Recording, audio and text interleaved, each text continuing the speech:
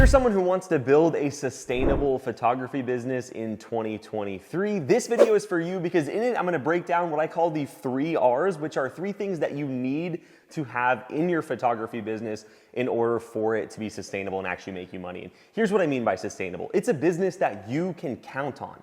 It's not a business that gives you a couple months that are great and a couple months that are horrible and leaves you in this feast or famine mode and leaves you scared. It's a business that you can count on.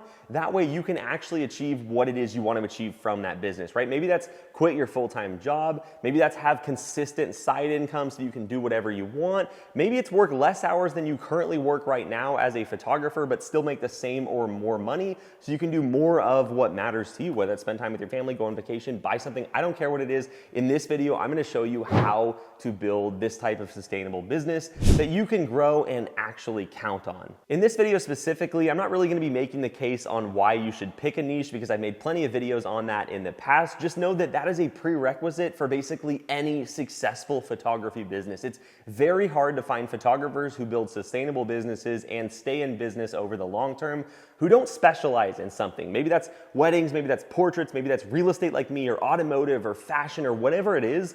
The photographers who build the best businesses, and best is relative, right? Maybe that's a bigger business, like if you're someone like me who wants to scale your business, or maybe that's just something that provides you consistency. Every photographer I've ever met that has a great business specializes in one thing, and really quickly, the reason for that is because you can't simply be good at everything, and you have to be good in order to have a successful, sustainable business. So I'm going to imagine that you already understand that and that you have a niche. If you don't yet, that's okay. Keep watching this video, but I'm going to assume that you are going to pick a niche, and then once you have a niche, you will be able to make sure these 3 R's apply to your business, which is really going to help you with that sustainability side of things. The first R is repeat business. So if you're able to get a client that will book you time after time after time after time, it is much easier to build your business. And so the first niche would be weddings. So let's imagine you shoot wedding photos for a couple. Chances are they're never going to hire you again, and we probably hope they don't as well. They may hire you a year or 2 down the line to shoot some family photos or something like that, but generally it's not going to be repeat business. So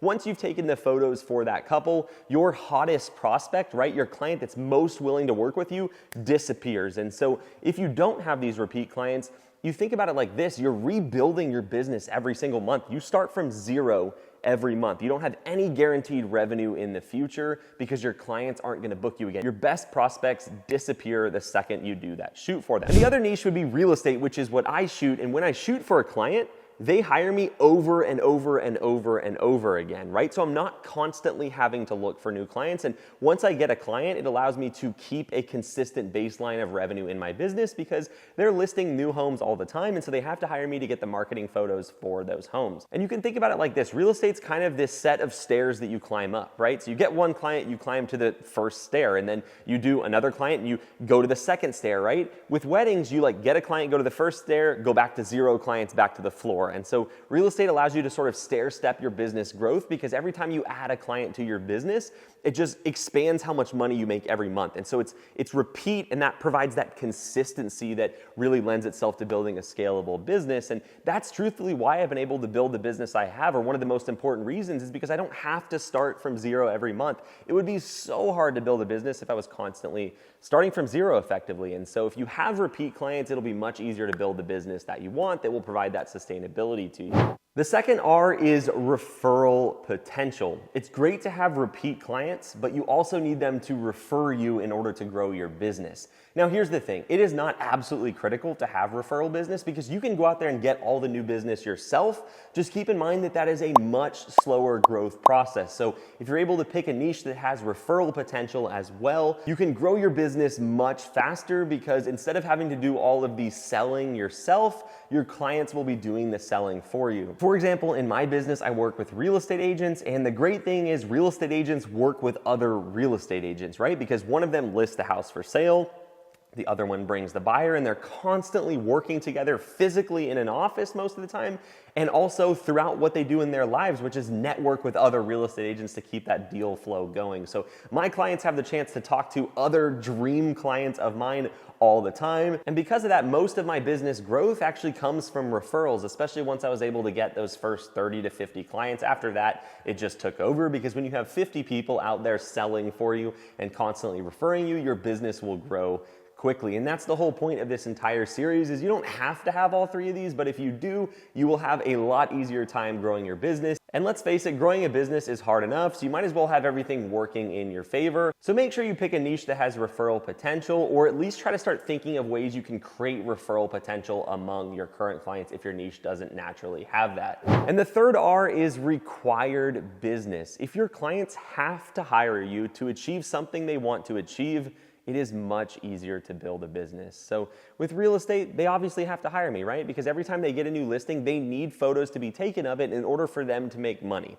The way real estate is sold is completely changed. So in the past, you used to go to the real estate agent first and they would help you find houses. Now you go to Zillow or Realtor.com or Trulia first and you find a house you like based upon the pictures, and then you call that agent. And here's the thing, when you call that agent, maybe they don't even sell you the house you came looking at, but that's how they got you as a lead that they can now show other houses. And so if you think about it that way, that's why pictures are so important, and that's why they're effectively required, giving me that third R, which is provides a lot of the sustainability in a business. Because think about it this way. During COVID, a lot of businesses basically disappeared, a lot of photography businesses, because they weren't required. They were being hired for an emotional need or something that could be postponed. So even wedding photography, I would say that's pretty much required, but not during COVID. People didn't have weddings, right? But they still had to move. And in fact, they had to move more than not during COVID, right? Because jobs were changing a lot, financial situations were changing. And so my business actually grew during COVID. And that's why I would say this third R is super important for long-term sustainability, but a lot of people overlook it because you don't need it every year, right? There's not a lot of change happening every year, but when you have a recession or you have something like COVID, that third R really helps you because you are required and you're less likely to experience the fluctuation that a lot of businesses do. And so, like I said, that's one that kind of masks itself, but as you're looking through niches, make sure you pick one that is required because you're really gonna thank yourself 3, 4, 5, 6, 8, 10, whatever years it is in the future when something happens and all of the emotional business goes away and the required business stays. Now, here's the thing. It can be easier to sell people, especially higher ticket orders, if you can sell based upon emotion. In my business, I can't really sell based upon emotion. I can a little bit because I can sell towards the fact that hiring a professional photographer makes you look good as an agent, and that's a status or emotional reason.